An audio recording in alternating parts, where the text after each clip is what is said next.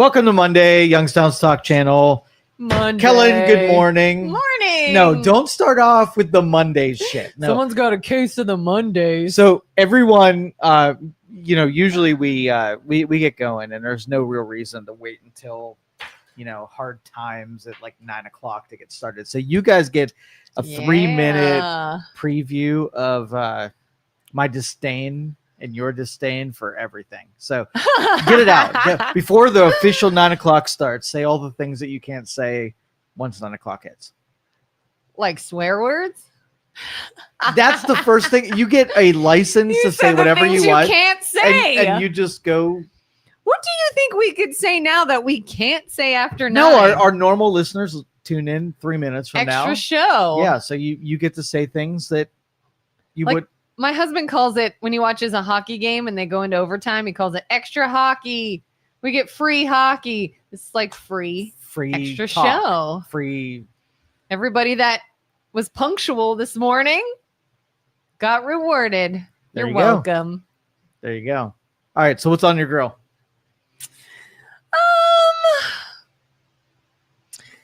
I don't know. I don't know if we want to start with this. It's a bit of a downer. Subject. No, this is a good starting point. So go with the downer. And I don't even know how far this is going to go. It's just some thoughts I've had lately. Something happened in Youngstown, a week or two ago now. And I didn't say anything. I wanted to sort of just sit with it and see how I felt about it. And here's how I feel. I really, really don't like it. I'm feeling some kind of way. Have you heard about the shooting at Mercy Health downtown? Yeah. So it was, anybody who somehow missed this in the news, it actually happened the same day that Minneapolis shooting happened. So a couple weeks ago now, maybe. There was a veteran, Marine veteran, was taken to or went to Mercy Health downtown psych ward, and while there, got a hold of a police officer's firearm and killed himself then and there. I feel some kind of way about this. Tell me. I am frustrated, annoyed. I don't know if you've ever had any experience with that area in Mercy Health downtown, but I have. And not myself, but someone I know. And I've seen it and I've experienced it. And it's awful. It's awful. I cannot think of a worse place to put someone having a mental health issue or a psychotic break or a breakdown of any kind than that place. It's terrible. And on the news, when they reported this story, they even said that the city is trying to get a new facility. They do realize that they need some other place, facility, treatment center, whatever. They just don't have it yet. Apparently it's in the works. I don't know. And I'm like, what do you all need? Is it fundraising? Count me in. Is it awareness? I don't know. I don't know what they need to get something that is better than what they have, but they need it like yesterday. Like forever ago. And so it's just so sad because, and I'm not trying to sound like,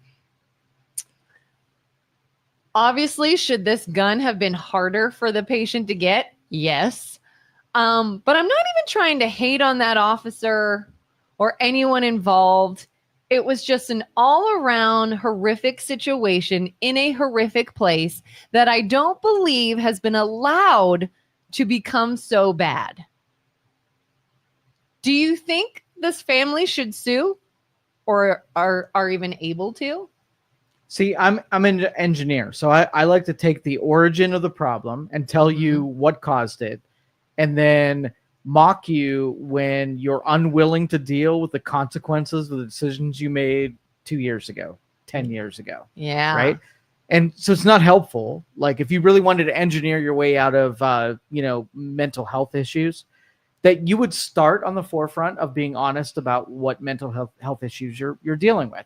And if you don't want to deal with them, you're like, okay, we got a village of 5 people, right? Mm-hmm. And somebody has the idea like, it would be really nice to invite the wolves into our village. And then somebody says, hey, if you invite wolves in there, you might have wolves, slaughtering people, biting people, whatever. Oh no, they'll be fine. Okay, cool. All right. I defer to you. You think they're going to be fluffy and just an asset to our community. And then somebody gets bit. Like, well, you don't talk to the engineer and say what they told you would happen is happening, because they're going to just say, yeah, that's exactly what the math said would freaking happen. Yeah. If you have no sort of like angle on how to deal with mental health issues, if you support it and encourage it and create foundations and institutions around it, you're going to have a bad time, right? Yeah. And so you don't need to talk to the engineers about it, because they're just going to say the same thing they did when you were contemplating the thing in the very beginning. So what do you do with mental health? Okay, so here's the deal. Let's solve it. Okay. So what do you do with mental health? When somebody shows you have normalcy, or you have psychiatric, institutions of psychiatric health say that something is normal versus abnormal, what do you do with the abnormal? Study it, I guess. Okay, you study it. Yeah. Any physical, like, how do you court it? Yeah, probably go at it from like a physical, biological standpoint. What's what different in the body? What if it makes you feel bad when you deal with the reality? What if dealing with it makes somebody, their feelings get hurt? I'd say, how are you feeling not dealing with it? So from an institutional level, if you deal with it based on the math of what it does to your society versus how it makes people feel, who gets the win there? The engineers, right? Or the feel-good people? If the feel-good people win, they're going to invite the wolves in, and they're going to be completely blindsided by the fact that wolf ate your baby, right? And the engineers are going to be like, I freaking told you, if you invite wolves into your area, there's a potential, not an absolute, but they're going to eat your babies. So who gets the win here? The engineers that tell you that the probabilities are high when you encourage and tolerate certain things, versus the things that like don't feel great but are mathematically sound. There's just so many like correlations of what you're saying to this actual place. Yes, right. Like when I say I can't think of a worse place to put people that are having issues. If anyone's never seen this place, it is literally a dark room, just minor lights on, beds, no privacy. You're not allowed to shut a curtain. All curtains have to stay open. One bathroom. And this is literally also used as like their drunk tank. Like someone that got picked up in the middle of the night drunk at a gas station. Go sleep it off here until we figure out what to do with you. Oh, you got wasted and became abusive at home or something. We're throwing you in this room too. Oh, you're having a psychotic break and you're hearing voices and seeing things. You're in this room too. Oh, you're having mental health, a PTSD experience. You're in this room too. And you're all together, just being crazies together and messing with each other and fighting together and trying to use one bathroom that someone might be messing up. And I'm like, why in God's name would you put all this in one room with no escape and you can't get out and there's no windows? Mm-hmm. And it's like, do you want something bad to happen? I feel like you're like setting everyone up for failure in this environment. So in the business world, we call this opportunity cost, right? You only have so much attention that you can pay to something, right? Yeah. And if you are paying attention to X, right, then Y exists, but you just don't have the resources or time to pay attention to it. And so, like, if what government does and what the healthcare industry does, if they're not paying attention to this, what are they putting their finances and attention into? Because this is falling through the cracks only because they are bought into something else that is completely political and has nothing to do with absolute health. So if the government was responsible for anything, so what is government's job? It is sort of like to apply the rules to make sure that uniformly applies to everybody and protect individuals from other things, right? Make sure that the liberties of people are protected. So we'll take the example of a hospital, and that's what we're talking about, right? Yeah. A hospital. What is there? An area in a hospital. If this is not the priority of a hospital, what is? Is it selling services? Is it are they geared to handle the tragedy of mental health at all? Or is it like managing it, mitigating it, and not really dealing with it? Because their job is to sell doctor services and pharmaceuticals. Well, and what was so interesting is that at no point did this person ever see an actual doctor. There were no doctors involved. So if there was here and maybe if there was a person in crisis and there was not a doctor available, so then you think, what were the doctors doing? I'm sorry, when I say this person, I don't mean the person who killed themselves. I mean the one that I had an experience with. Okay. So yeah, but it's probably uniform. I would not be surprised if the doctor wasn't like, okay, let's look at so like we used to do these sort of like rehearsals for tragedy, right? And you would have like a mock plane crash, or you'd have a mock civilization breakdown. And you would more than like a fire drill. More than a fire drill. Okay. And you would think about like, what's your priority? Like what do we need to look at first? All right. So if you had a plane crash and you had dead people, people that were a little bit injured, critically injured, what would your priority? Would you look at the dead? Would you look at the moderately injured, or would you look at the critically injured? Probably critically. Okay. So you have a person that goes through and you're like, okay, well, this person, if I don't attend to them, they're going to become a dead person. Looking at the dead people, that's the lowest on a priority because nothing's going to help them. They're already dead. Moderate, like they're going to survive. They're not hemorrhaging. They don't have bones sticking out of their body. They're not at risk for dying. So I'm going to go after the highest priority people, right? Mm-hmm. So the priority is really what's under argument. Who is the highest priority? The people who are sort of like the biggest risk for your liberty and your health versus somebody who is a sale, right? Mm. If the doctors are spending 99% of their time dealing with people who they can sell pharmaceuticals to and bill insurance companies for, and mental health people are in the drunk tank with people, whatever, that's not a high priority on what's really ailing society, right? Yeah. I mean, I could totally see them saying, oh, stick them here for now. I've got someone bleeding to death. They're put them here now. I've got to get to whatever. That's understandable. But then isn't there a way? I don't know. Is there a way to get more help, more people involved, hire people that are trained in those that go over here so that I can save the GSW or whatever? Like, I don't know. Right. So the machine is engineered by someone to cater to the needs of certain people. And mental health is something that we've sort of danced around, and we're afraid to say that when you have a mental health problem, that it needs to be attacked a certain way to keep the rest of the normals, right, separated and insulated from the people who have mental health crisis. So, I mean, we'll kind of segue into the, culturally accepted mental health expressions that immediately should mean that you are separated from everybody else because you obviously can't handle being in normal everyday deal. So did you hear about the Phillies Karen? Yeah. Let's talk about the Phillies Karen, because this is mental health. Yeah, I watched it. First of all, can we all agree, did this man steal the ball from her? No. No? So steal. All right. Define the term. Yeah. So stealing means she had it. It was clearly in her possession. Ripped it out of her hands. Took it from her hand. Because when I watched it, 100%, he got it. She did not. I don't know what her deal was.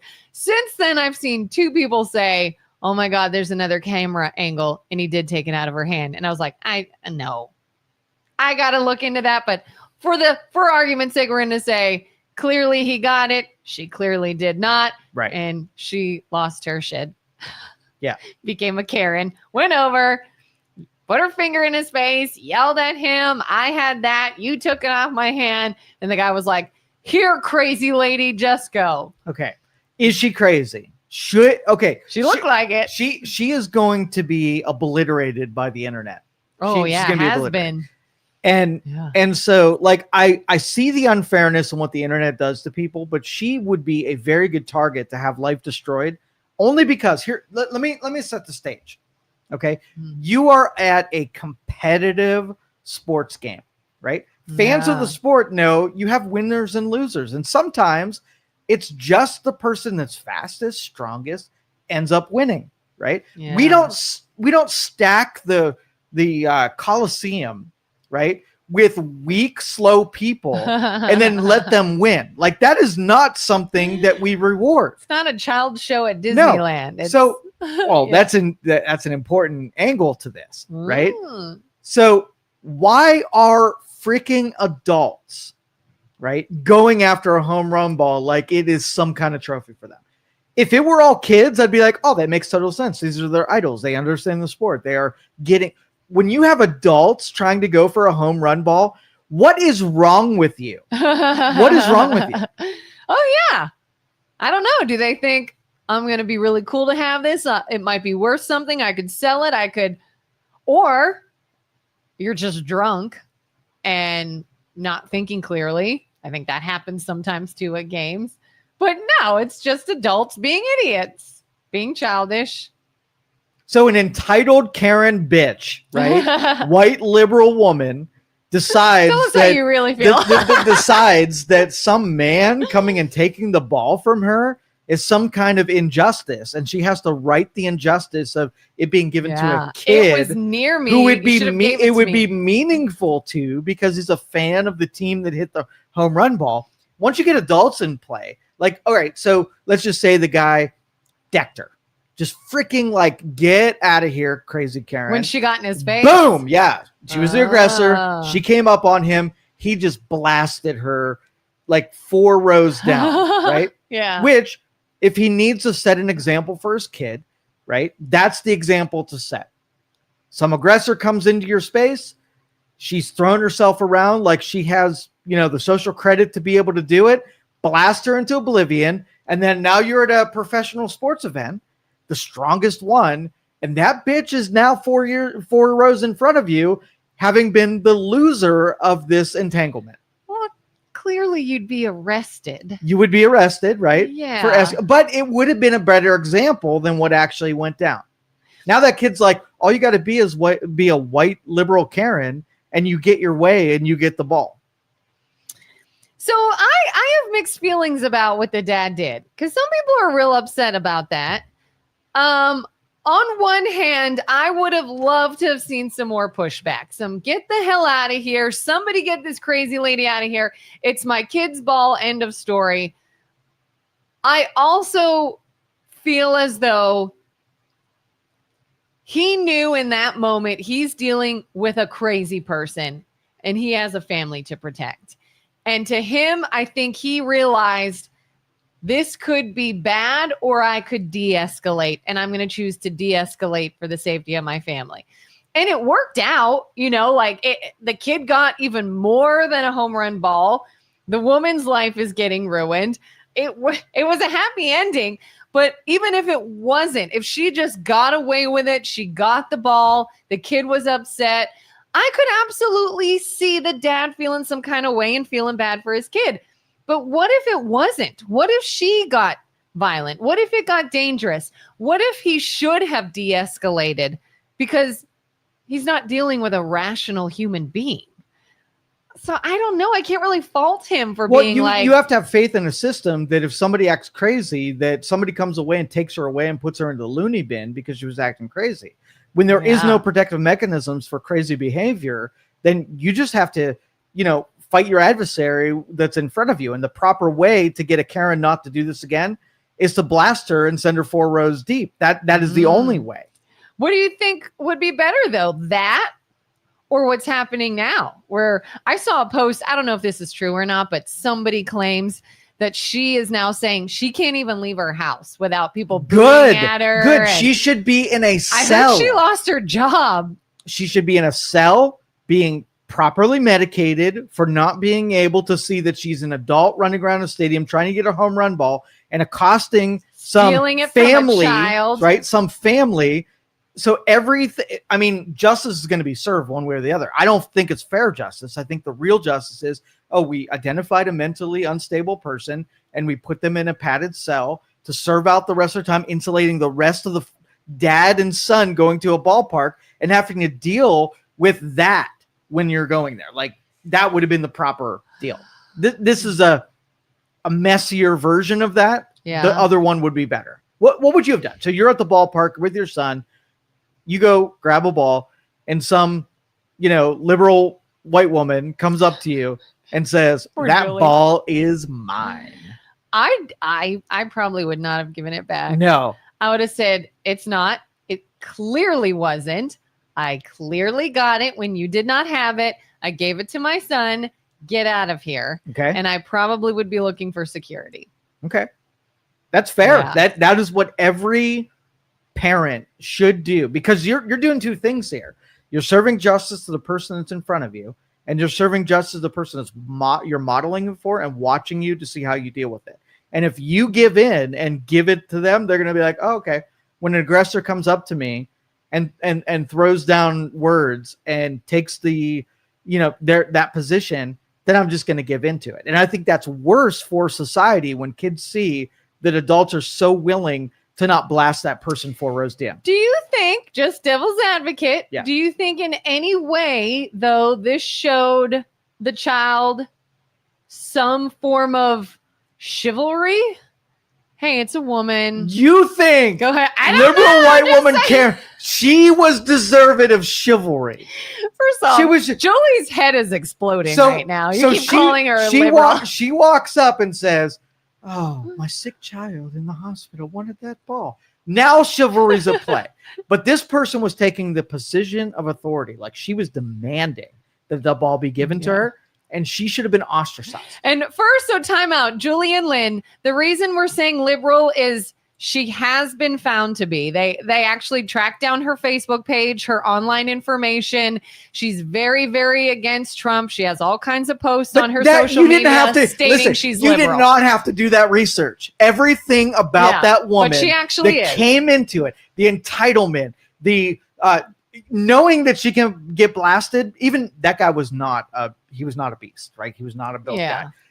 She could have been blasted. And because she didn't fear that she was in an entitled position, she knew nobody would stand up to her. She could demand whatever she wanted, and it was given to her. Like, that's what pisses me off most about it. Well, I find it interesting. Did you see his knee-jerk reaction when she got up?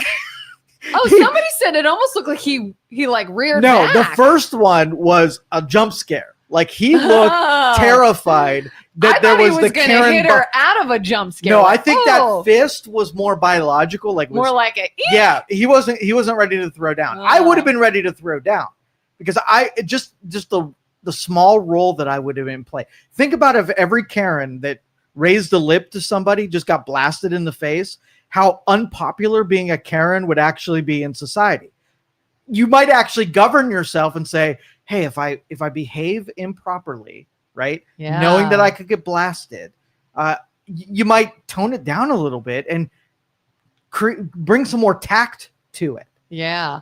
I have a real life example of where I was in a similar situation, and I don't love how we handled it, but at the same time, I don't know. So I was approached by a crazy lady yelling at me for something.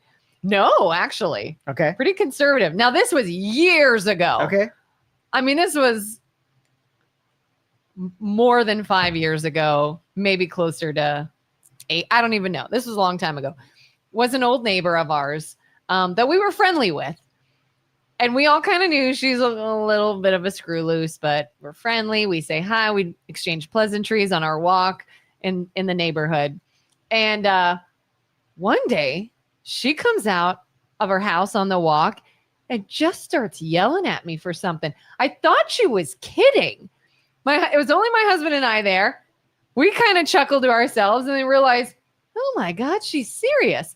And she's just like saying all this stuff to me. And I'm just like, what is happening right now? Like, are you off your meds? And even my husband kind of just stood there and was like, okay, well, we're going to go now. And she sort of calmed down. She went in her house. We walked off. And part of me got real pissed. And I looked at him and go, where were you in this?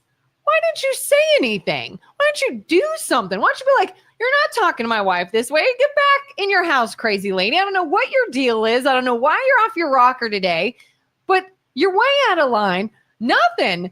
And he's like, he's like, clearly this was a situation that was just like, we just need out of here. Yeah. We're just going to move on. It's not even like a stranger. We're going to see her again. Like, I just wanted out of there. And part of me is like, I absolutely see how us remaining calm and just leaving. And she did. The next time we saw her, she apologized profusely.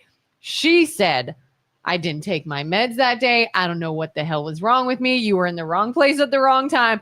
And so I can see that situation, but I still am like, I don't know. Part of me wishes I would have just fought back or said something. And it's hard, I think, in the situation to know, choose violence or choose to de-escalate. Yeah, right now it's de-escalate because it's almost like in the Revolutionary War, right? You had a bunch of like regular people, and so long that they stuck together and all did the same thing and ran at the British, then everything was good. But if you had some people who are like, we're not going to win this and I'm just going to die, and they start going the other way, and then you're left out alone with your bayonet, like, yes, you should absolutely stab the British with a bayonet. But if there's nobody there with you, all you're doing is making a personal sacrifice. You're going to die and they're going to run the other direction. Right. Yeah. So if we live in a culture that is tolerant of that Karen behavior, and everybody, it's almost like the justice we have right now is the natural justice of where we're at right now. So the guy, like what I would want to do is launch the Karen into the fourth rows in front of us. Nobody would join you on that. And you might actually be plastered as someone who was the villain in this. Yeah. Let the internet destroy someone that way. And then you got to show your son that the internet serves its justice and whatever. But that is a double-edged sword, because the internet is not, like in this case, I think they got it right. If they destroy her and she's the villain and she loses her job and she can never show herself in public, cool. That's what she's deserved of. But think about the people that it's not that. And when you have the pitchfork and torches people, like that is not the way justice needs to be served. So I like this one, but I also fear this one at the same time because it's not a fairness. Yeah. And I mean, in that baseball stadium situation, yeah, I think he would have been safe enough to react differently because of the crowd, because of security nearby. I think the situation called for safety if he had chosen not to give it back. Right. But I could also see him wanting to teach his kid, if you encounter a crazy person just in the wild and you're alone, de-escalate and get away. You would expect that if you said, this is obviously a crazy person, that everybody would agree with you and everybody on board that we need to take all crazy people and deal with them differently, not let them into public spaces where they can misbehave. So I think it means that he has to trust the system in order to deal with once somebody has been tagged with craziness. They are never allowed to be in stadiums with the rest of us. Well, how about, did you see the video of apparently he's a CEO that stole the tennis player's hat from a kid? Mm-hmm. I want to get on that. That was clear. That was clear and blatant. In fact, not only did he take the hat from the kid at the match, he then made a public statement that was like, sorry, I'm bigger than you. I'm stronger than you. I took it. 100%. Like, not sorry. I wanted it. I don't care if you had it. He acknowledges he had it first. Yeah, I took it from a kid. What are you going to do about it? Nothing. And I'm like, let's find this douche. I don't think he's American. I feel like somebody said he's from some other country. I don't know. So maybe he's harder to find. And again, that kid, luckily, the stadium noticed, the player noticed. He got more than just a hat out of it. He got to meet the player, all that stuff. But where's that guy? Like, heck, if we're going to be internet vigilantes, let's get on that one too. Maybe make him and the Karen fight to the in a death. duel. Yeah. Make a duel between. But again, bad behavior. You have an adults who should not be enamored with memorabilia, right? It's kids. I totally agree with it. It's meaningful. They have their heroes on place. They're looking up and idolizing people who are really good at what they do.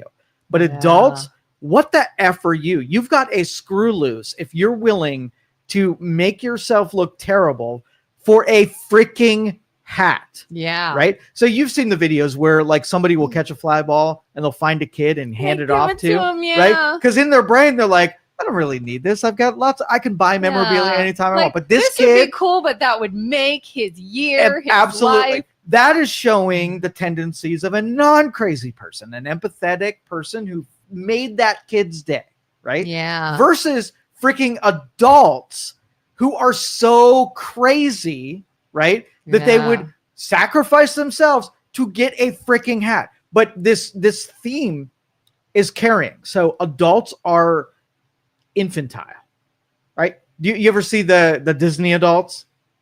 What the F? Disney adults? What the You're F? talking about adults What the obsessed F? with Disney? Oh my God. No like, one. They are you look at them and you're like, oh, you're 40 years old, right? And you got the hat on, cool. So you're a Disney fan. But you have the excitement of a 12-year-old walking into Disney. What the F is wrong with you? I know someone that goes at least once, typically twice a year, every year, wears the ears, the hat, buys Disney things, and yeah, for sure is probably close to 40, I think. So what we've done is we've emasculated men and we've infantilized. Is that a word? Infantilized? Infantilized. I don't know. Adults where they feel completely comfortable in behaving like 12-year-olds. They're playing, I mean, a 40-year-old. Let's just say your husband came home every day, right? And played video games all the time. And it's like, I really like this. Would you tolerate it as an adult female that now has a husband that is behaving like a 12-year-old where they can't wait to play a freaking video game?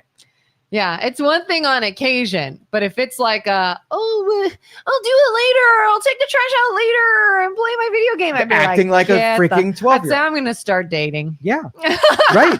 So, but that's what we've encouraged in culture is that we tolerate people behaving much lower than where they should. And I don't know if it's that we just don't have brilliant people out there. Maybe everybody's dumb, which I tend to believe that everybody's dumb. Or that people are way too comfortable and behaving below their actual age and getting away with it because everybody around them tolerates it. It makes them feel good. So if I say don't play video games and go do something productive, they're going to feel bad. And I don't want anybody to feel bad. So that's where our culture is right now, is we are reinforcing. The engineer in me says everyone who thought that we need to encourage that kind of self-expression without the pressure and shaming of people that aren't 40 acting 40 freaking years old gets a bunch of Disney parents and Disney adults running around, Karens at football or baseball stadiums willing to fight other people for freaking baseballs, right? We need to take all these infants. Take it from the kid. Yeah. Start a different psychological wing, right? Just for people who don't act the way the age they should be acting, and put them in there and give them things like responsibilities, right? And disciplines and the mental capacities of what adults think about versus what kids think about. Maybe they all need a timeout. Total timeout. And it was like, here, it's a timeout. You clearly didn't learn this growing up. We're going to teach you how to be an adult. Yeah. There are rules that they teach in kindergarten that could apply and say, this is the behaviors that you are, right? If you dance, okay, so if let's just say Karen walked up to that guy and he would have blasted him. All right. Now, do you think that, yes, the repercussions aside, why does somebody feel so confident they can jaw at somebody else and not get freaking leveled? That's confidence of another level. Now, if you ran your mouth, right? Yeah. And what running your mouth means is you might get freaking jawed. Would you think about not jawing at somebody? Yeah. if I were like, I can't take that person, I'm probably not going to say a whole lot to him. All it takes is 1,000, blastings. Like take somebody on social media that runs their mouth and you blast them in the face. And then they have to think the next time that they start typing that they're not going to get blasted in the face. That's a way of regulating that confident behavior and saying, maybe I'll have more tactful approach. Yeah. Everybody's got those keyboard muscles now. You think the keyboard muscles are bleeding into real life? Yes. That Karen would have never walked up on somebody who had, if it was common, 100%, if she didn't fear that she knew that she wasn't going to get blasted. She can walk up with her accosting and know that she was going to get a baseball and not get blasted in the face. That's the problem. Dennis says, Lynn Temple, mostly her haircut, her actions reinforce that. Oh, I think, why is she a liberal? Somebody said Karens tend to be conservatives. You think that's true? I would say if you take the, who is conservative up on the upper crust of the, the finance spectrum, feel entitled, don't really work hard, take all the stereotypes that you would, and then walk into a restaurant and feel you got slighted and think that you're entitled to it. Yeah, I would say it's probably someone 50, who's like 50, uppity, but for different reasons. Yeah. The entitlement of liberal women is they've got a bone to pick, and it makes them feel secure in their identity if they stand up to someone who's not them. Yeah. But for conservative women who are Karens, it's like, I'm inconvenienced and how dare you, and I pay your wages. Do you not know who I am? I'm a taxpayer and exactly. Yeah. So for different reasons, but both are terrible. We can agree. For sure. Dennis says society is too unhinged to get involved in a lot of that petty BS. But all it would really take is for everybody to just take the constraints right now are, it's unacceptable and whatever. But let's just say everybody's like, screw this bullshit. Like, I'm going to get back to, my penis and balls. I'm going to pull out of my abdomen, let them hang, right? Do what they normally do. We be the aggressors and set the rules set and make everybody conform to them. Then you get less of this behavior because there's actually consequences for being a dick. I had a thought. What was it? I lost it. Sesame Street has always taught people to stop and think it through. That message was missed by most of the audience because we don't punch people in the freaking mouth anymore. I'm really distressed that there aren't corporal punishments for bad behavior. So at the very least, here's what government owes us. If we're not going to do duels and do corporal punishments and punch people in the face, at least take the people who are like inviting that behavior and put them into a you need new disciplines room of the hospital. Yeah, like she should, like, congratulations, you didn't get your mouth punched. Yes. Like, this dude held his temper. He just de-escalated. He got her away. So now where is that repercussion? Like, guess what, lady? Now you're getting arrested or now you're whatever. You said temper. This was not a temper thing. This was a natural, right? I said temper It is a natural faculty. When someone comes into your space aggressively, especially when you're with your young, don't come at me with my young. It's not a temper. Yeah. It is defense. Anytime. Okay, so if I'm sitting here, all right, and I pull out my dagger, right? Would it be a temper if you didn't also pull out your dagger? No, it would be a proportional response to the aggressiveness that's in front of you. Yeah. So if somebody comes up to you and starts yelling at you, right? Then you have escalated. We were both sitting in different spots, not engaged with one another, and you made it a point to come over to me and engage me. So I'm going to engage you in the way that makes me win in the second, sort of the second half of this game, which is I'm going to blast you into the 4 seats in front of me. Would you ever get into a physical altercation knowing you couldn't win, but felt like I have to do it out of principle? I absolutely have. I've almost been in that situation. I've never actually been in a fight, knock on wood. Never thrown a serious punch. I've never had one thrown at me.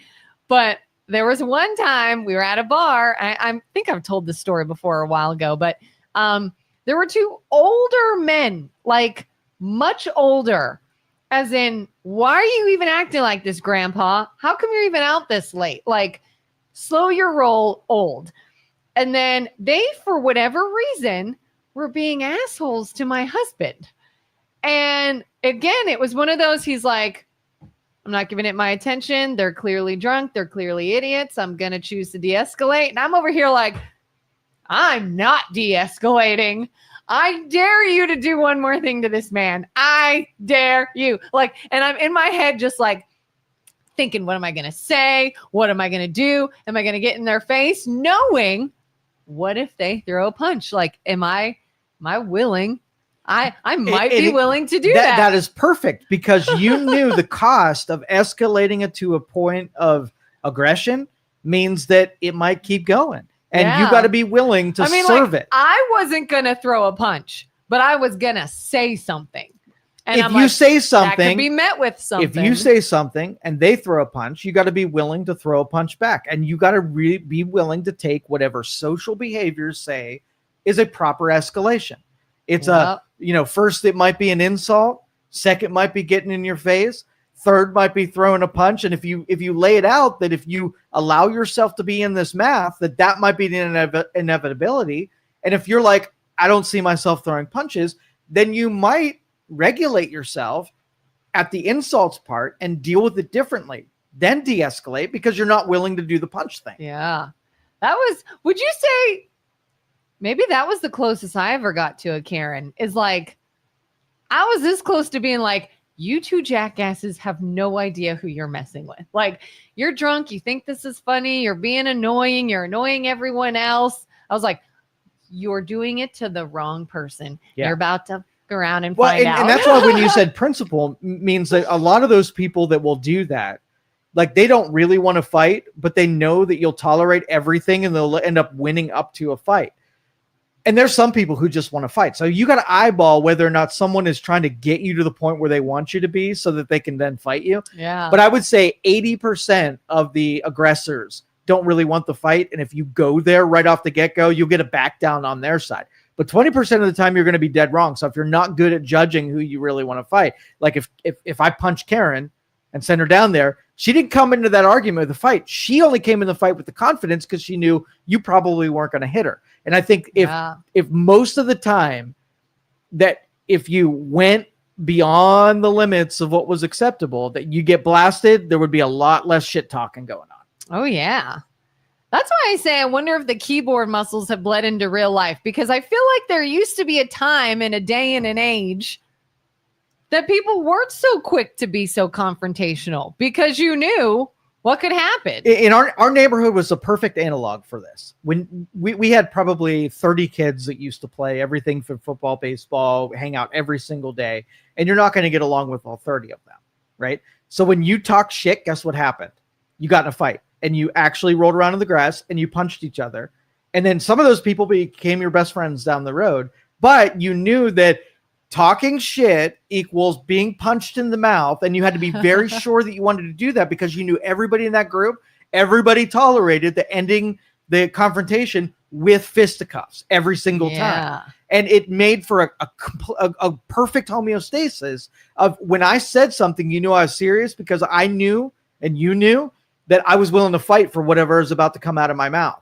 But when you brought somebody in that was younger that didn't really believe in that, and they saw everybody shit talking, they didn't know that the consequence for shit talking was you get your mouth busted, right? You knew that they needed to be indoctrinated into that culture. And I think broader society needs to accept higher physical consequences for running your mouth, for sure. Well, do you think too, everybody then became a little more Sue happy? Like, you can't touch me just because I said something. You'll go to jail. I'll sue you. I'll whatever. Do you think people started relying on like the justice litigation system as like my protection? It ruined some things. Lawyers suck. We all know that. So they ruin everything. So yeah, good. I don't know. Like half the things that we got away with as kids, how many would be parents suing parents at the time? Yeah. Like there was one kid that lived in my neighborhood. He'll remain nameless, but he was one that I think he got attention from getting his ass handed to him. Because I swear, in the neighborhood, I must have fought him 50 times. And every time he's like, at least you're paying attention yes, to me. Right. And so I must have beat his ass 50 times. And he would no matter what, he would come back at me say the same stuff, knowing what the price was for saying those things, and he would consistently do it. He's like, hey, you're engaging with me. That's exactly right. And and everybody respected him because he did not fear getting his ass handed to him, and he used his words. And there were some fights that lasted until somebody submitted, and there were some that were just, you had to throw your token 5 punches at them and then it would end. He was one of those token 5 punches because it was so routine, right? You didn't have to like beat him completely down into submission.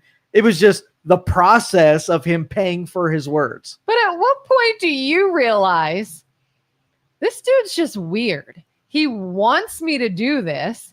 I'm going to ignore him or else he'll keep doing it. Well, that what fighting was fun. And it was necessary in the hierarchy. No, I didn't encourage him to do it. I was just there to serve the justice when he did it. And if you knew that's what he's looking for. Yes. Like, to me, I almost can enjoy not giving the aggressor what they look for. If someone clearly wants a fight and they don't get it, I think that hurts them more than if you find that. That's coming from an empathetic woman, right? Totally different point of view. Absolutely. I'm not going to make my decisions based on him. If he wants a beatdown and he's asking for it. So I like fighting. He likes being fought. He says the words, it purchases him some fists, and everybody's happy at the end of the day. You're like, that's just our relationship. Right. That's where aggressive hierarchy needs to be. You have to have your warriors who right the scales of social behavior by making there be consequences. I just had a big conversation over the weekend about how much duels played in our political system. When you had an opposing view that escalated to a certain point, you take your pistols or your swords and you'd end it like gentlemen, and one of you would either get injured or killed. Think about, let's just say we took term limits off the table and we mandated it. If 2 people had an impasse and they couldn't make concessions to the point of agreement, that you just settled it in the field. Think about how term limits wouldn't even be. Bernie Sanders would not make it to the ripe age of 90 years old if he was unwilling to concede on anything. It ended up in a duel. That little guy would be gone, right? And it would have been taken by someone who was better fit for handling the actual fights. Fights aren't fights anymore. Fights need to be fights. What are they? Fights? Yeah, they're not. The escalation of fights. So insulting, getting someone to back down based on words. And if I say something ends up being true, and you're like, you're right, that was whatever. And then you were able to diffuse it with words. Cool, right? Concessions, like, I don't want to fight you and you don't want to fight me, so let's behave a little bit differently, and next time we do this, it'll escalate, but this time let's let this go. Then you have physical violence, where I'm gonna make you concede based on me being able to dominate you. Then you have the upper echelons, where I'm going to end you, and then your words don't even matter anymore because you are not going to be around here to make them. That is the proper escalation of a hierarchy. And if you get it to a certain point and you're like, oh, I might lose my life over this. Yeah, because that's the thing, is it used to be you could go out and have like a good old fashioned fist fight and then go your separate ways and it's over. Now it's like, you punch me, I'll stab you or shoot you, I'll do something like horrific. And it's like, Jesus. What if the hierarchy existed, though? What if everybody had such an appreciation for how it could escalate that you feared as much being offed at the first instance of being an aggressor beyond the terms? Like, you didn't go from personal insults, you didn't go to concessions and academic, debate, and then fisticuffs and whatever. What if it's like, oh, you're a crazy person that's not on board with the hierarchy of how we diffuse situations. I'm going to take care of you before I know you're going to come up and like in a fight. The blind side was the ultimate sin. I would, when this dude would say his words, I would eyeball him and say, I'm going to fight you. So put your fists up. Don't ever punch and I'm going to dominate you because I'm, better at fighting than you are. And that's 2 people who have an honest fight. If I took you from the side and hit you without you seeing it coming, that you're an unwell person. Sucker punch. You're an unwell person, and all of society takes unwell people and they put them in those hospitals so they learn about the hierarchy of aggression. Or I end you so that you can't do this to somebody else. Yeah, it used to be a very look down on position to sucker punch someone. For sure. If you sucker punch, it didn't matter if you were the aggressor, if you were the defender, it didn't matter what happened. If you sucker punch, you're automatically the loser and everybody loses respect for you. Now it's kind of like that's all they do. Yeah, it's exactly right. And that is because the hierarchy of aggression is gone. The patriarchy is done. There was sort of like a gentleman's agreement with how things were supposed to be. And men invented that because they knew they just as well could receive something as they can give it. So I'd much rather you and I face toe to toe and have it a proportional fight rather than going and killing. I wouldn't kill you without you seeing me coming, right? Because I don't want somebody killing me without me seeing them coming. And there was an understood agreement that that's not the way to end a battle, right? With a bunch of ninja people who are too feckless to be able to face you down and let the strong people, good fighters win, and the docile empaths out there just be in charge of something else. Yeah. My family, we watch the movie Tombstone all the time, and my son's real into it. And they always have that where like you go outside, you are both prepared. We both have a gun. Yeah. The whole like I'm your Huckleberry like scene. That's what we know this biologically. When you see those scenes, you're like, I connect with that as a man. Yeah. That's how it's supposed to go down. Nobody just attacked someone. Nobody ran up on you and just did it. Everybody knew what was going on, and everybody waits till you're ready. Like there's another thing is I feel like people I want your best. I don't want to beat you because I blindsided you because you weren't ready, because you were weakened in that moment. Like I want to know I won against your best. Because you're better, you're faster, you're stronger, you're smarter. Those are the things that win. So, okay, let's just say the Phillies Karen comes up to the guy. He's like, you know what? You were faster than me and you got that ball. You won in the physical part. But here's the thing. I want to challenge you to a battle of wits for that ball. You beat me, right? Yeah. And you keep the ball. Then the guy says, yeah, I got you on the aggressive, but let's see if I got you on the mental. I want to dominate you on all things. And the person is like inconceivable. Inconceivable. You totally you thought drink from your glass, I'll drink from mine. Yes. Or arm wrestling or anything else. Like, you lost at the strong and fast, but now I want that ball. So I'm going to challenge you on a different thing, and we're going to call a tie here, and I want to beat you fair and square, and then I get the ball. Yeah. All of society would be like, yeah, we would have put you on the field and allowed Phillies Karen to do an arm wrestling match for that freaking ball. And if she won, she gets the ball, and we'd be like, justice served.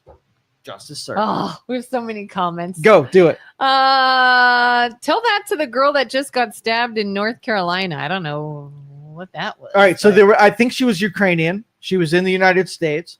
She was sitting on a bus, and some black dude behind her stabbed her repeatedly from behind. For no reason? I don't know the full story, right? From the stuff I saw, there was no engagement. He just was behind her and stabbed her. So tell that to the girl that's on that bus. That was not aggressive. That was not a fight. Yeah. Right? That was a murder that happened between a black male and a white female from Ukraine. Jesus. That just happened in Auburn, too. Alabama. A retired professor was attacked and killed. But that's where we're at right now, is if you don't look around and find out all the shootings and the stabbings and the beatings, and where we're at in this world is we have a bunch of really confident people who are not afraid of the majority populace that have this biological and built inside of them, this intrinsic like sense of justice, that these people, before they have a chance to dominate the innocent, this girl posed no threat. There was not even a fight or whatever. Just a random dude deciding to stab somebody else. Like, that's where we're lost. There was one. It went up. I missed a couple. If he wouldn't handle that differently, every headline and tweet would be about toxic white male assaults woman. Yeah, we need more toxic white patriarchy male assault in our dailies. Writing the script of aggressive hierarchy. Carter says, speaking about mental and criminal, did you see the clip where a guy stabbed an innocent girl? Oh, that was it. North Carolina, horrific. Came to the U.S. to escape the war in Ukraine. Aw. Let's see. That the other side of the coin, the pain is the process when life becomes so litigious. Litigious. Litigious. Litigious. No, that Litigious. that word's too big for me. Everything comes down to litigation where you get yeah. sued for everything. Yeah. But again, like my doom and gloom for how effed we really are is all of this stuff. Like when I tell you that the future ahead of us is not going to be corrected by natural, it's going to be this unnatural stuff. Like we're on a bad path because we are taking all of the people who could solve this and we're cuffing them so they can't solve it. We need a tombstone heroes to start settling the score. Yeah, absolutely. Doc or a Wyatt Earp. Yeah, we need some noble aggressors to come out and say enough, right? The insanity, the wrong people have too much confidence. We're not shaming the kind of behaviors. We have people who are just, so you saw that dude that stabbed the girl on the bus. They actually had a contingent of Americans that raised money for a defense fund for a stabbing where he was the villain. The villains have a fan base. What? Yes. I've heard of this happening. Yes. In ridiculous situations. And it's getting more ridiculous. But that was just a pure crime, unprovoked, no. Defense fund. Jesus, we are sick. So screwed. We are sick. I thought we were sick when they did it for that Luigi dude. Yes. And while I thought that was sick, I at least knew the motive behind it. I didn't agree with it, but I knew why they did it. So you don't think that there's a group of people who hate white people and will cheer when white people get stabbed? You don't think there's a group of those? I'm sure there is. Right? Because what we did is, and engineering me, you're either going to be anti-racist, where we don't see color, we don't use, what our animus towards other people and, materialize it, act on it, do things in real life. Or we're like, no, when this group of people does things like say words that are whatever, we're going to ignore those. You don't think you embolden people to go steps further and give them a license to be behaving badly and protect them. If you do that on a small scale, that ramps up in the big scale. So if you have a black dude that killed a white girl on a bus, and then you have people that are raising money, that's the group that you created by saying, sometimes that's okay as long as they're on my side. Have they said why they're doing that? Are they just racist that I will look it up. I've got to know why. Because even like the high school kids where the kids stabbed the other, again, that's sick, but they say why they did it. Okay. Raise funds to stop the injustice against. Was that it? Yeah, this dude. Fundraising pages. DeClaris Brown, a career criminal with no fewer than 14 arrests, is just as much as a victim as Irena's the woman seeing stabbed. Helping the 35-year-old homeless suspect would support the fight against racism and bias against our people. What? I'm telling you, it is so effed up. It is so effed up. We are so sick. Mm-hmm. Just when you think maybe we start going in the right direction, nope, there's a whole lot of sickos we still have to fight against. You couldn't have put money on it. Let's just say that something happens and you see an act happen and you can predict what's going to happen next. You don't think that was a possibility? What is their, I need to know, what is their rationale? How do they think that is fighting against racism and bias to defend against a murderer? Their strategy is that white people are responsible for what happened to them. So they called him homeless, and he was a homeless. He was a victim of circumstance, an oppressive. Yeah, that's why whatever. He was a criminal. He was only there because of white people, and so stabbing a white person is sort of like the ... after that statement. Oh, you got a white person for that? It's a little justice served. In the minds of these crazy people, that makes total sense. Messed up. Those are the kind of people. you ever heard? I've heard someone say, "Oh, I can't be racist because I'm not white." It's only racist when it's. We've allowed again. The patriarchy would have been like, no, that's bullshit, dude. That makes no sense, and I'm going to punch you in the face. Would have righted that, but instead we're like, oh, the empath. Oh, they're so brave. They've had such a, even though it's crazy talk, they've had such a hard life. We have to support them and promote their crazy ideas. Like, that's the downfall right there, because then it gets realized in a way that you're like, oh, that's a little bit too far. But you made it go too far by saying it when Luigi, right, shoots the guy that you don't like. Yeah. Now the next person that was wrong shoots them, and then you wrong someone, then they shoot you, and like, whoa, hold up. Maybe I'm not for, shooting people who are the reason for your inconsistent. God. Speaking of bad ideas and fighting. Yeah. Have you heard about Mike Tyson? Yeah. Mike Tyson and Floyd Mayweather have agreed to fight. Yeah. Are you going to watch it?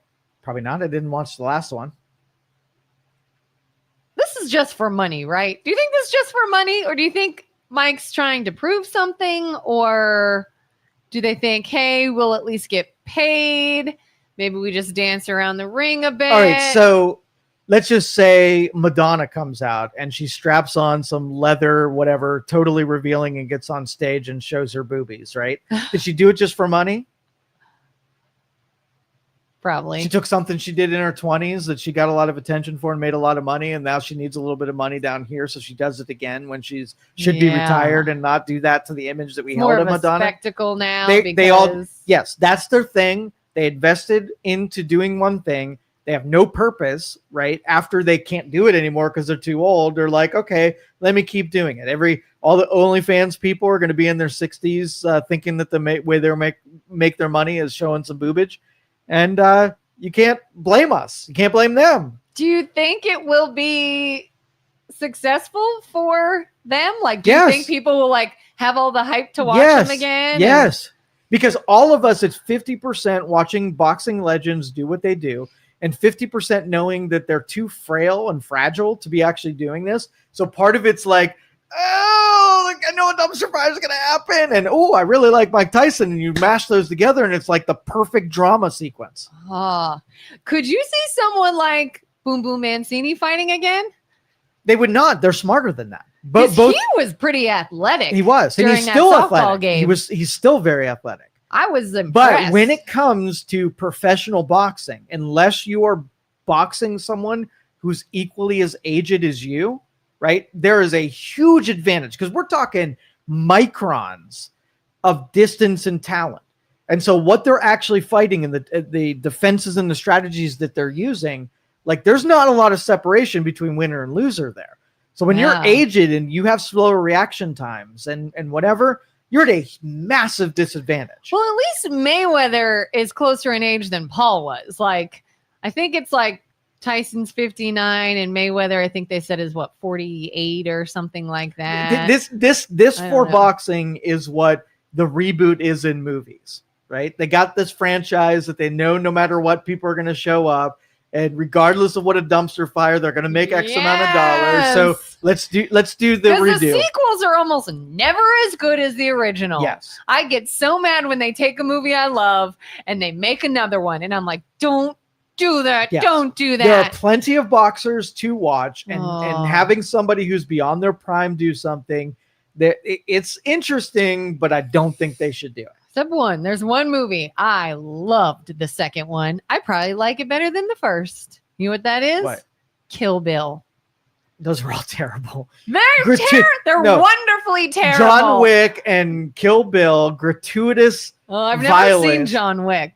Gratuitous violence. So if you like, I know I watched all of the John Wicks, and I already knew that it was not something that was going to be put on the pedestal of literary genius, right?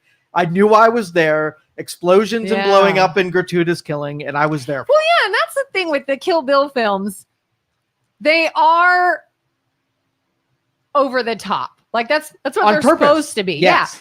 That's their gimmick, is it's this show, it's this over the top ridiculousness. but it's still kind of cool and But you know what you're interesting. getting into. It's not trying to be Yeah. something else. So I agree. Like, with don't that. go into a Quentin Tarantino film and think it's going to be, you know, thought provoking. It's a show. But yeah, Kill Bill Volume 2, I really like. But again, like something in boxing that is using people that are in the old folks home, right, is different than going to a hardened professional who's at the top of their game fighting another hardened professional at the top of their game. It's a different thing than saying, hey, we're going to go to the old folks home and watch two really old people push each other and punch each other. Aww. It's a part of that. Julie says the OJ defense. What is the OJ defense? What did I miss? What are you, the OJ defense, Julie? I think we bounced topics too quickly. I don't know what you were commenting on. So just remind us. Maybe it had to do with the stabber, that he was a black dude and they were laying down institutional oppression. I don't remember that. I don't remember the OJ defense. I don't remember it. I don't think so. I think the OJ defense was just, if it doesn't fit, you must acquit. They just needed him to not be guilty. I don't know what the OJ defense would have. Yeah, Phyllis and Julie, you're good at pushing us in a direction. Do you think people kind of rooted for OJ because of his celebrity status? Somebody you looked up to on the football field. Maybe that's what had a lot of money. Maybe. So just as though we could try to somehow justify rooting for the bad guy in these other situations, I'm sure there were people who rooted for the bad guy because he was a celebrity and you wanted to believe he was this hero and this icon. And we do treat those people different. Absolutely.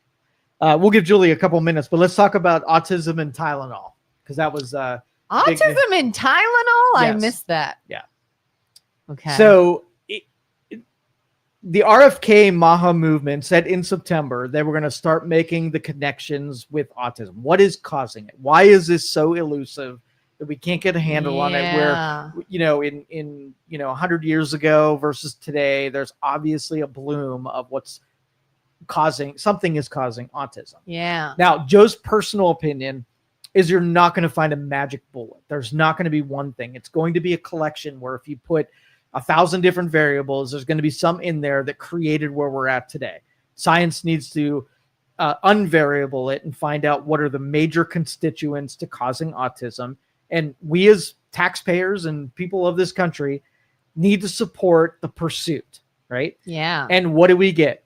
What do we get when we're on the pursuit of finding out for sure? We get pushback. Why do we get pushback, Kelin? Because people are dumb. Okay. And they're politicized. They will politicize anything. Okay, so if let's just say you're Elizabeth Warren and your campaign to get elected requires that pharmaceutical companies that gave you $800,000, when they give you $800,000, you're thankful that they helped your campaign. Now, do you feel beholden to them to stand up for pharmaceuticals and defend things that work against the people who gave you money? Yes or no? Yeah. Okay. No answers, just yes or no questions. Okay. Reclaim my time. So I can't answer that question. I don't know. Yeah. So those people are one thing. And I totally understand when you have a bribe going down that you feel like you need to defend the people who are paying you money, right? Mm-hmm. The people I don't understand are the people who have no incentive whatsoever, that are completely convinced that the religion of pharmaceuticals needs to be defended, even though nobody's going to give you money if you say one way or the other. Yeah. You might as well just say the thing that benefits you as a human being, because you're not getting money. And I don't understand did you see the whole social media thing where people were like, as a big middle finger to RFK Jr., they were getting another COVID vaccine and they're posting pictures and they're like, suck it, RFK, I got another shot. And I'm like, and this is an actual serious question. What do they think is in it for RFK Jr.? I could totally understand someone pushing a drug if they can benefit from it. The incentive. But how does he benefit by saying, hey, I think you should look at this. Hey, I think there's some concerns here. Hey, maybe you should not take this. Hey, I don't really like this. How does that benefit him? Why would he want to give you some warnings and some, hey, I don't like this? Well, okay, so the conditioning has happened over multiple generations, multiple decades. And I even noticed this when I would go on the terrestrial radio, and I would just suggest that a lot of ailments could be, all ailments could be overcome by nutrition and health. And the people who bought the drugs, right? They would defend it like, yeah, but what about? What about these conditions? It's almost like convincing 50% of the people to go do one thing and then not need the drug doesn't alienate the people who need it and can't do anything about it. But yet, that was the major defense, that let's tolerate everybody doing the drug. So let me make this. You ever seen like a Western? And I don't know when the Wild West was, when Tombstone happened. I can't think of the year. I don't know. We'll just say whenever that was happening. Yeah. Okay. You'd have these dudes that would come into a village. They really didn't have, they had a doctor, but a dude would come in and he would sell the magic elixir, right? He would come in, center of town.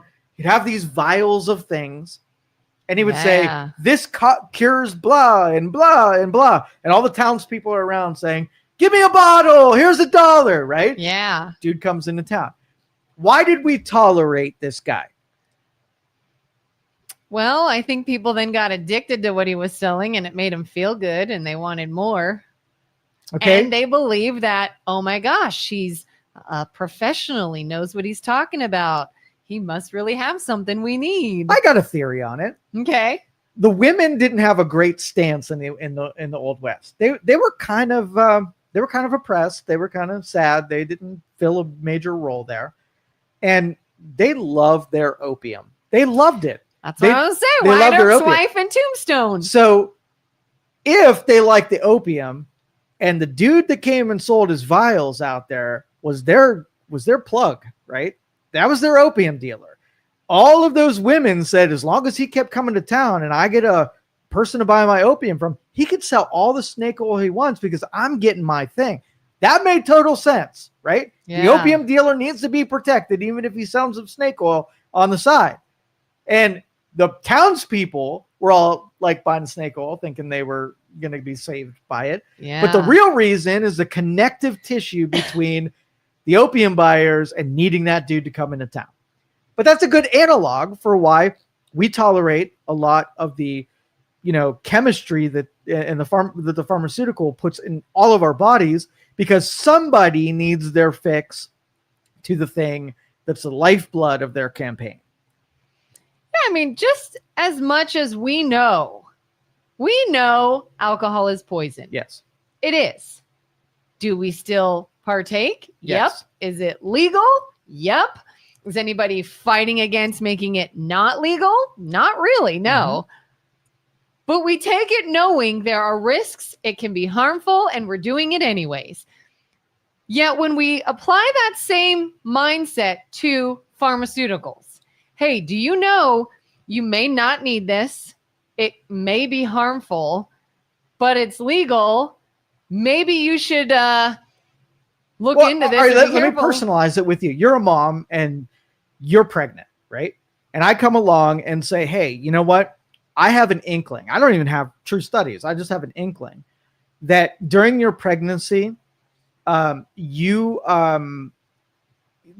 thing that if you eat it, there's a potential, I think, that might be harmful. And it's not even a necessary thing for you to take. And I think that if you have vitamin B9, you have a deficiency in it, and you take this thing. So do me a favor and really do your prenatals and really stock up on B9 if you need to take that thing, or don't take that thing at all. Now, give me the reaction from a mom who's pregnant. Somebody just gave you information they're not even entirely sure of. What's your move? Do you want to lecture me on how I should just trust acetaminophen when you're pregnant? Or are you going to take that little nuggets and figure out if you need to apply them? Yeah, anything that's like, hey, I'm unsure about this, but you should take it. I'm going to be like, but you're unsure about it. Okay, so you say, what's the downside of taking vitamin B9, right? Yeah. And I'm going to say nothing. It's necessary in the baby's development, right? So zero downside. You taking extra B9? Not a risk factor whatsoever. And you're like, okay, well, what if I take the acetaminophen and I don't have enough B9? I'm like, there's a 70%, between 30 and 70%, your kid will be autistic. Compare those two things and just give me your gut natural reaction, doing something that has no downside, that is a preventative measure, versus taking a risk of taking a painkiller without doing that other thing. Where you at? I don't want to take it. Easy, right? Yeah. And like you said, there's no downside. It's not like, if let's just say RFK Jr. was a majority shareholder in a folic acid or a B9 complex supplement that was taking. Then you'd be like, I'm suspicious of you, right? You're just trying to sell your B9 stuff. But if he's not, and there's no interest in him telling you this information, I'm going to weigh what he says to heavier than the lady who's lecturing him taking $800,000 from the companies who their stock value is going to go down if he says what he's going to say every time. There's this really well-known doctor I've seen on social media. He's like some celebrity neurologist or something. I don't know. And for a while I was watching a lot of his content and some of it seemed to really make sense. And I'm like, oh, that's interesting. And I was sharing it with somebody one time and they're like, oh God, I wouldn't trust him. He has supplements he sells and he wants you to buy them. And I'm like, but he doesn't say you need his supplements. He talks about like, I don't know, vitamins and turmeric and all these different things. And never once does he say, buy mine. He just says, here's a good supplement for the human body. Look into it and what it can do naturally for you rather than pharmaceuticals. And the person fighting against that will take a pharmaceutical and will take a prescription and trust that. But I won't trust this guy because I know he sells vitamins and he just wants you to take his vitamins. I'm like, what? But you believe it when these people do. Yeah, and, total zealots. It bought into the religion of pharmaceuticals 100%. Julie said the jury said that he couldn't be guilty because it was a black man against a white judicial system. Oh, geez. So thank you, Julie. So we've been messed up even since then. Oh, Lord. That's what I'm saying. Like, I know you want to be happy and sing songs, but I got doom in my mind. Like, I know we're on a bad path. And I would say for every so let's just say RFK gets pharmaceuticals to stop spending money on advertisements. So the public doesn't get to see everything they're hawking. And the medical community isn't allowed to take, bribes from pharmaceuticals and, push their drugs. That's 1% of what they could do to complete, because they got everybody bought in. Like, you can't talk to reasonable people and not get them to give you the exception talk on how pharmaceuticals are good and natural health is bad. Yeah. I saw an interview a while back with, is it Nicole? Who was the running mate with RFK? You know what I'm talking about? I want to say Nicole Sheridan, but that's somebody else. Maybe that is her name. I can't think of her name. The female that was going to be RFK Jr.'s running mate when he was running for president. And she was talking about how differently she was treated the moment they started questioning anything. Like, all these people were supporting them. I'm going to support your campaign. I like your ideas. Everything's great. And the moment they said, we want to look at medications, vaccines, autism, links, she's like, that's all we said is, wonder what's going on here. Maybe we should look at some studies. She's like, it was like you were outcasted, like banished. Nobody wanted to talk to her anymore. Nobody wanted to support them anymore. Everybody thought they were like, and she says, and all we had said is, why aren't we talking about this? We didn't want to ban anything. We didn't want to like do anything drastic. And she's like, our thing was, can we at least get a baseline? Like, you have a baby, you instantly get a baseline. Their vitals, blood work, everything, baseline of a newborn before you do anything. Then still do it if you choose to. do all the vaccinations, do everything how you normally do, and then check again. Compare them. Yes. And she's like, you would have thought that was the most radical, irrational, hateful, ridiculous idea ever. And she's like, but we don't do this. It's just automatic. So then she's like, well, then how are we supposed to find any differences, anything that comes into play, anything that might, yeah. I got to go pee. Can you talk without me for oh my gosh, I'll try 2.5 minutes, or you can have the comments if you need to respond to them. I got to pee so bad. Yeah, guys, maybe you can talk to me. But Julie, I actually have a question too, just because I know that you're a little more left leaning, and I think some other people are too. Speaking of Maha and this Maha movement, I have a Maha hat. I was supporting RFK Jr. when he was running for president. And so I have a Maha hat, Make America Healthy Again, because I like that idea.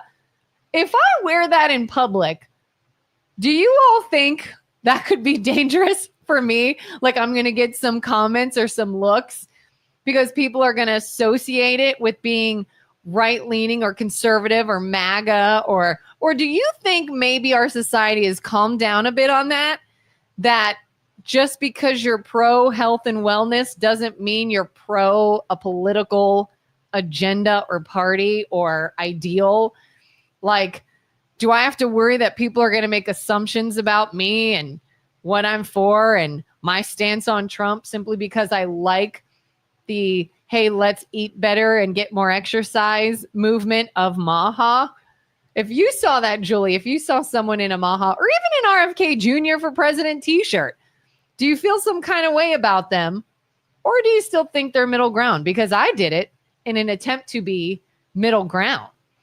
I thought RFK Jr. was more middle ground. I wouldn't say I'm super far left or super far right leaning.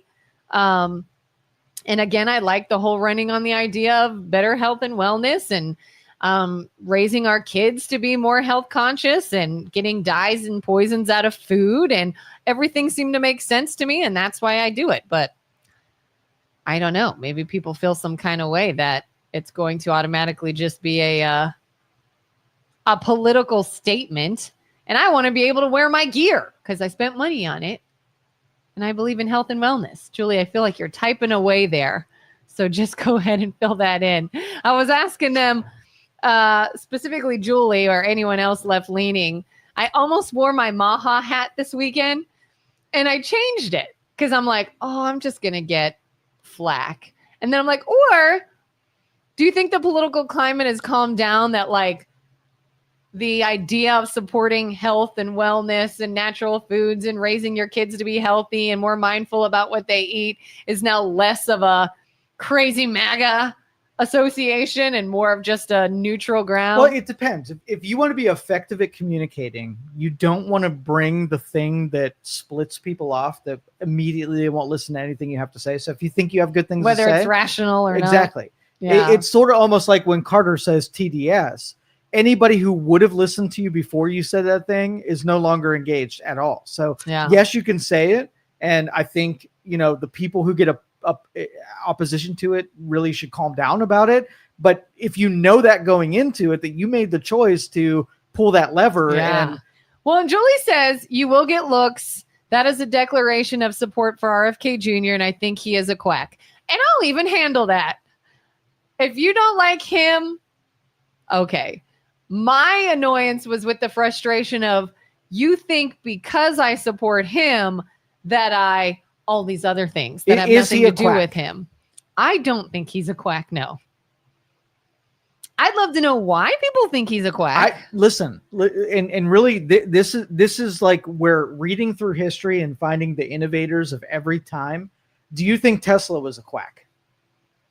Do you think Edison was a quack? I honestly don't know much about that. Okay, so all these historical figures, when they are going beyond what is known to be true, they're all quacks because they're delving in things. Do you think Elon's a quack? Think about how many people who misunderstand people who are trying to find things that are unknown at this point, and they're total quacks all the way through history. I thought RFK was a quack, and I listened, and that was before I listened to 2.5 hour long form interview with him that what I thought was dispelled by listening to him long enough to find out if my initial reaction to him was truthful or not. Yeah. And I was like, holy shit, like this guy sounds reasonable. So I think engaging with long enough and learning enough about and listening to the person long enough and talking to them will either solidify that you think he's a quack or not. So do any of those people that I mentioned, do they bring the quack vibe to the conversation?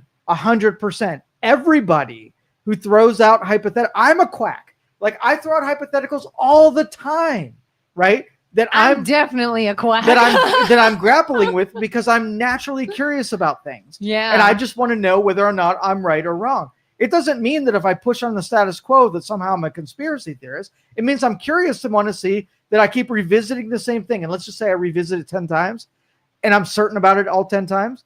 Then I have trust and faith in that belief. If I push on it and I'm unsure about it every 10 times, it needs more scrutiny until I'm 100. It's unimpugnable or what is that called? Unpunable. Anyway, it until you can't keep busting holes in a theory and you are convinced every time. But when it's zealotry, it means I can bust a hole in the thing you believe, and you'll still believe it anyhow. That is a religion, not what I do, which is science. Yeah. And I'm the same way. As I started to, what I loved about this last election and the whole political season in general is that the long form interview is now so prevalent.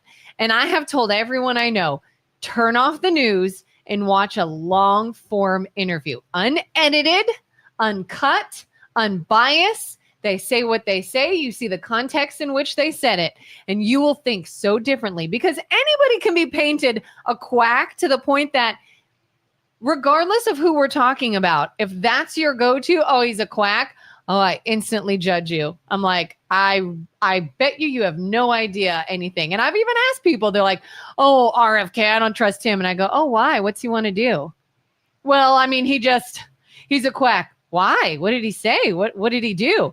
And they can't tell me. I'm like, because you heard that somewhere, because you heard a rumor somewhere, because there was a headline that told you that's what he is. If you can't actually give me factual information or instances of things that you push back on, and maybe you can, and I'll respect that. But if you can't, then all you're doing is buying into whatever side you choose to pay into. Here's a test. I want you to do today. I categorize you as a very reasonable person, somebody who, with the right information, can be convinced you're not a zealot. As far as some of these, especially liberals, that have zealotry in their blood. Sorry, Joe. Julie's just punching her computer screen. So I think the website is Ballotopia. Okay, Ballotopia. And what they do, if I have the right website in mind, is they take every issue and they will publish the critics' take on this issue and the proponent's take on this issue. And you as a reader, when you're reading why the critics are critical of it and why the proponents are in support of it, if you find yourself 100% bought into the proponents, right, and argumentative with the critics, then you're captured. If you read through the critics and you're a little bit curious as to why they're saying what they are, now you're no longer captured. Now you're curious. And I think you should take the proponents and push against those and the critics, but it allows voters to be able to take an objective stance on things because they're willing to hear the things and what I like most about it is the critique is really well done. You can tell it was somebody who somebody's assembled a line by line bullet point of why they think it's a bad idea rather than just saying, trust me, it's a bad idea and you vote against it. And I get the feeling that they're really trying hard to just create an informed constituency by arming people with you're going to have doubts if you're doing this right and you read the criticisms, you're going to have doubts and even dig further into what they say to see if what they say has any merit or value. And when you make an informed decision, you're very rarely are going to have 100% certainty. It's going to be like a 60-40 certainty where it's a little bit good, but a little bit bad. And I'm willing to say that the good offsets a little bit bad. And I'm willing to vote for that thing. But I wish more voters would get out of their tribal instinct, disjoin their team, and reasonably walk up to these issues and be willing to hear the critique and just be a little bit curious as to why they're critical. Yeah, in fact, I feel like my knee-jerk reaction nowadays is if I hear a critique about somebody that I like or I've been leaning towards or kind of wanting to follow, I'll be like, what? They did what? Let me see. And I want to know. I want to see what happened. I want to see what they said about it. I want to see the context in which it was said. Because, yeah, I don't want to blindly follow someone and be way wrong. So it's like, oh, well, let me look, because if I got to pivot before it's too late. Well, the use of absolute language gets you out of that predicament.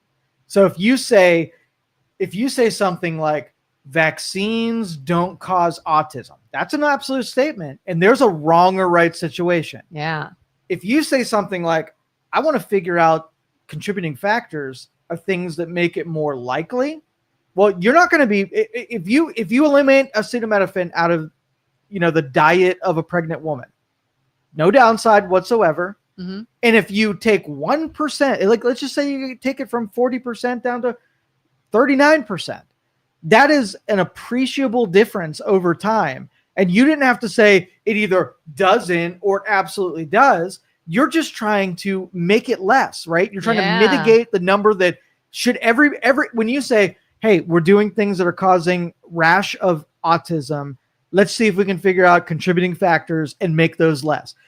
Should there be anybody that say, no, we want more? Like that shouldn't be an angle on it. Yeah. Like when I was pregnant with my daughter, I think it was, I remember I got hit with like a horrific migraine, throwing up everything, and called the doctor's office. I was like, I cannot sit with this. It's real bad. And they're like, well, you can take a Tylenol. And I'm like, why don't I take a Tic Tac? That's what Tylenol does.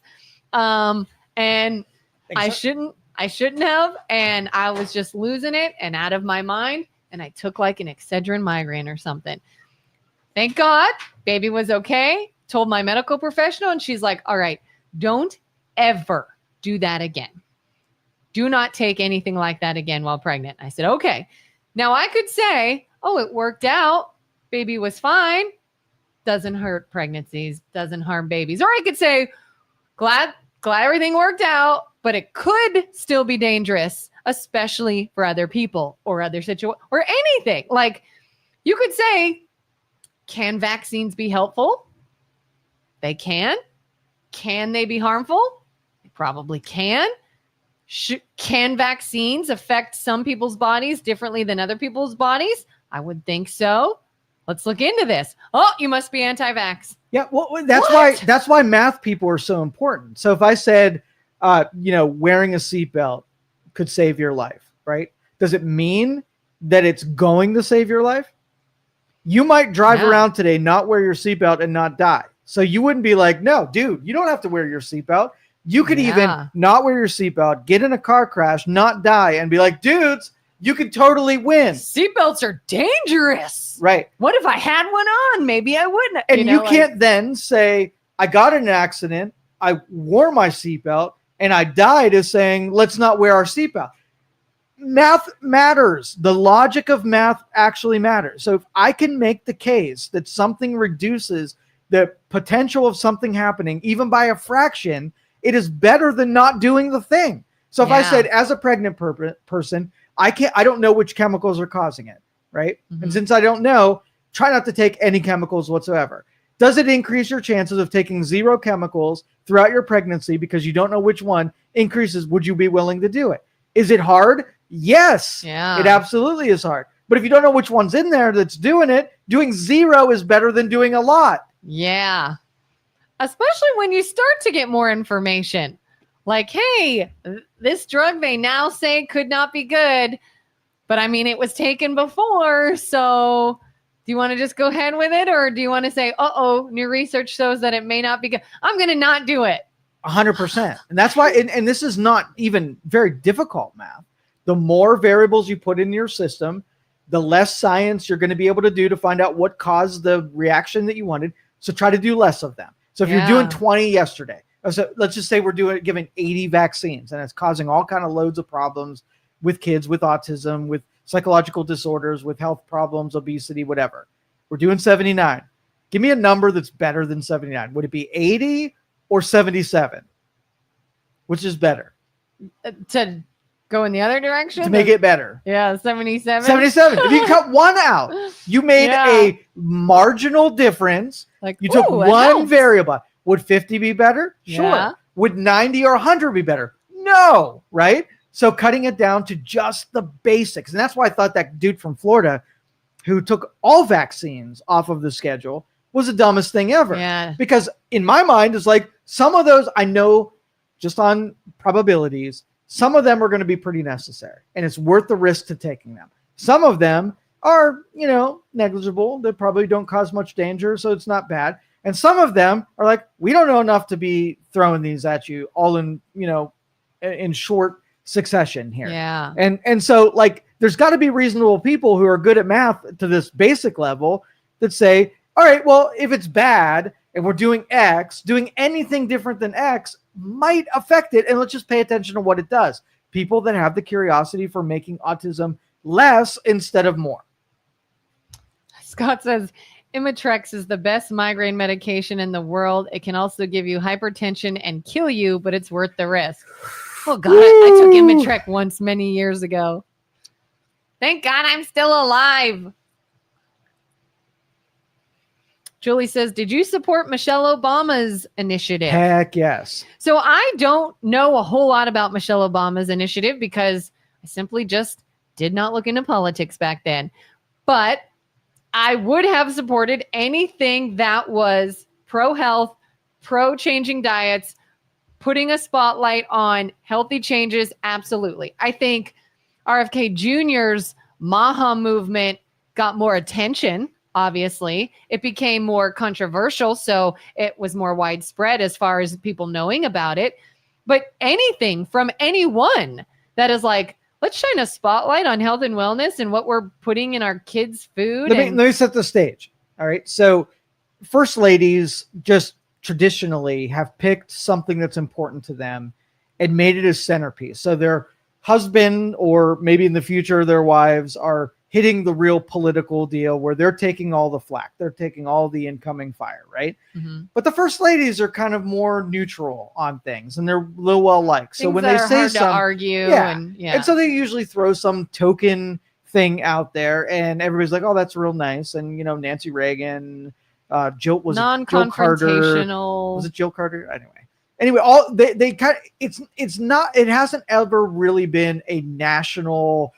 You really didn't pull national attention. You didn't get anybody on board. It was a nice gesture from the first lady. Yeah. So, but the topic was dear to me, but how it's instituted, it's really doesn't have a lot of teeth, right? It doesn't do a whole lot. I wish it would have caught fire and you would have had a more national undertaking on it, but it wasn't. But she got criticized only because they were already taking criticism of Obama, and it just sort of like went to Obama, or it went to Michelle at the time. So it was unfair, the criticism she got. I mean, everybody was like, it's not going to work, and you're taking kids away, food away from kids, and they throw it in the trash and whatever. Yeah. So it just became an extension of his politics on her, which I thought that part was unfair. So yeah, and just like I say, RFK, I think, is getting so much attention because who he is, the position he's in, who he's associated with. It's more controversial from him than from somebody like a first lady.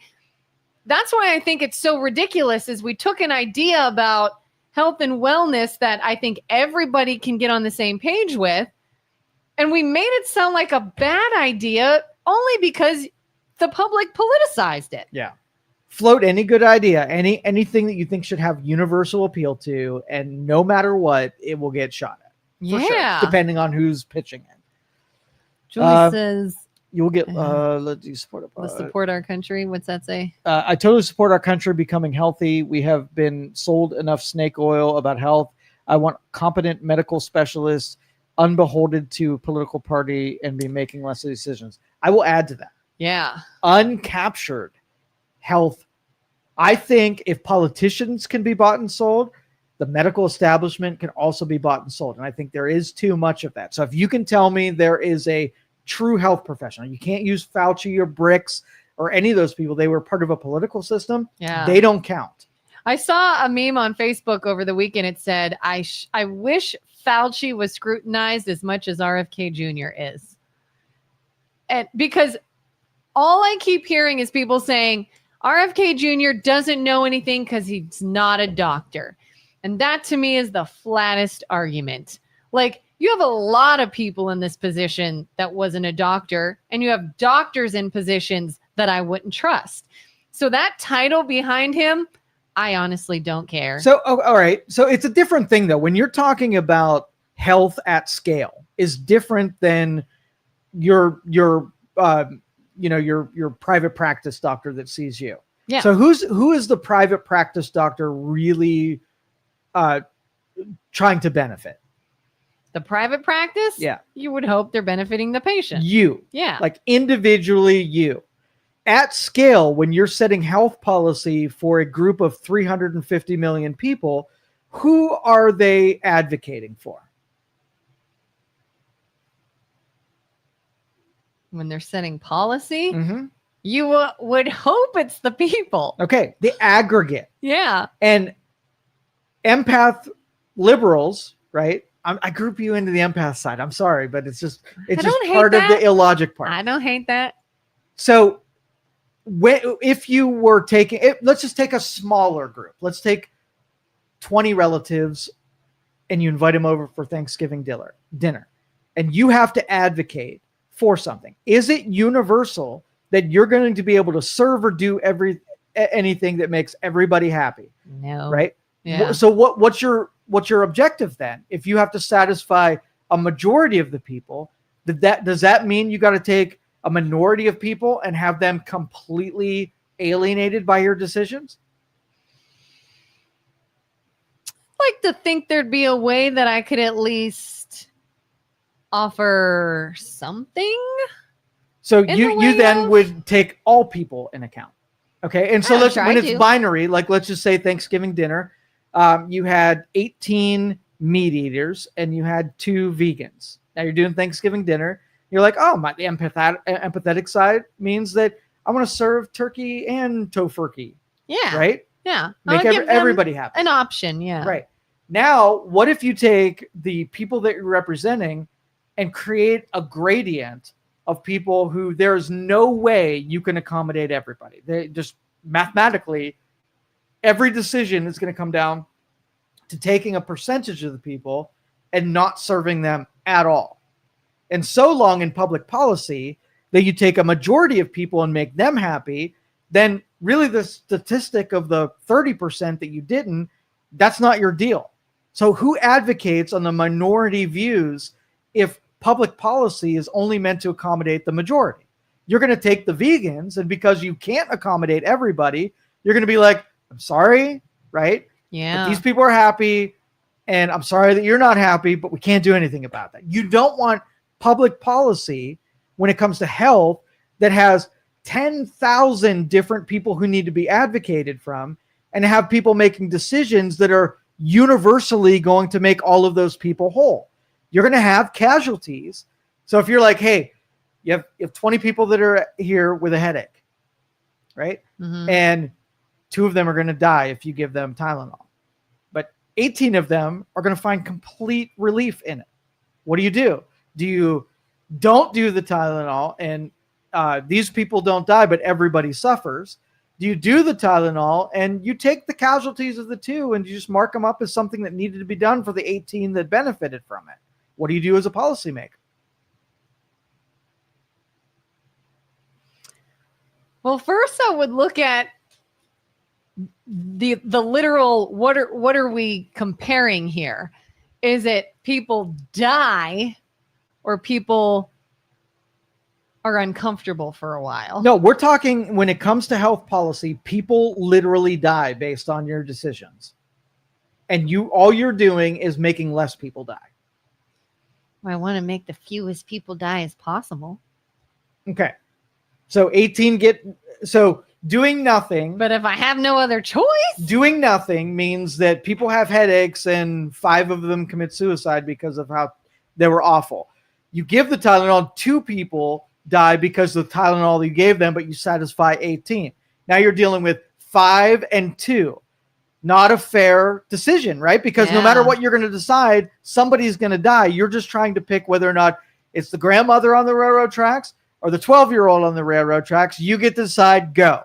Yeah. Perfect world, you would say 0 people die. But when it comes to health policy, that's not on the table. It's impossible. It's impossible. So if you do vaccines and you create autism, but less people die from typhoid, right? Do you think you've done a greater good? It would take somebody coming to the table and say, hold up, listen, yeah, people are alive, but too many of them are getting whatever. So I'm going to pare back the downside over here by trying to, and less mitigating. So let's just say you save 1 million people from getting, 1 million people from getting autism per year, but you have 500,000 people that now die from communicable diseases the vaccines were satisfying. Is that a better decision? You created more communicable diseases by cutting vaccines, but you spared 1 million people from getting autism. What do you decide? This is why I'm not in politics. Exactly. I don't want to make that decision. So but the public thinks there's a magic bullet where you can have 0 people dying and 0 people getting autism. Yeah. And that's why we make public pressures on public policy to do the thing that's safest rather than the thing that solves the problem through math the best. And then you throw in greedy, evil intentions. Like, hey, I'm not even trying to just mathematically save as many people as possible, even though some might have to die. I want to know what is also beneficial. And so what I might do is even, you know what? You could go ahead and put something in there that's going to save these other people, but I'm going to throw something in there that's going to hurt this whole other group you never even thought about. And when you say no, you hate all these other people. Well, no. I'm trying to protect those ones and too. That's the public pressure, because not only do you have the activists working against you, trying to control the minds of people. So we'll take Gaza, for instance. So let's just say Gaza is being overrun by terrorists, right? And there's 10,000 of them.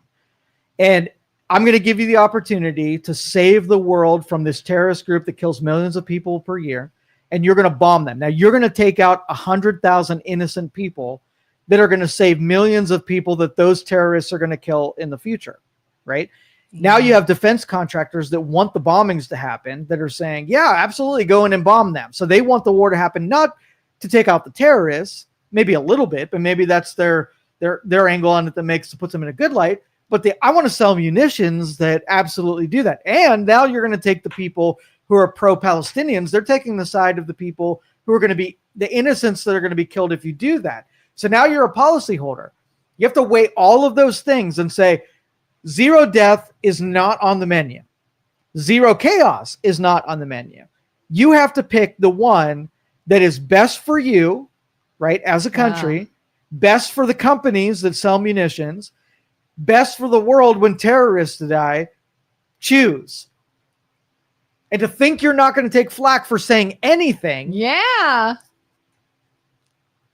There's no win-win. That's politics right there. In a nutshell, there's no magic bullet. And then that's why I love, I'm being sarcastic, I don't love it, but I love when you hear all these people saying, so-and-so's just dumb. So-and-so is just dumb. This political person's just dumb. Could there be dumb ones? Yes.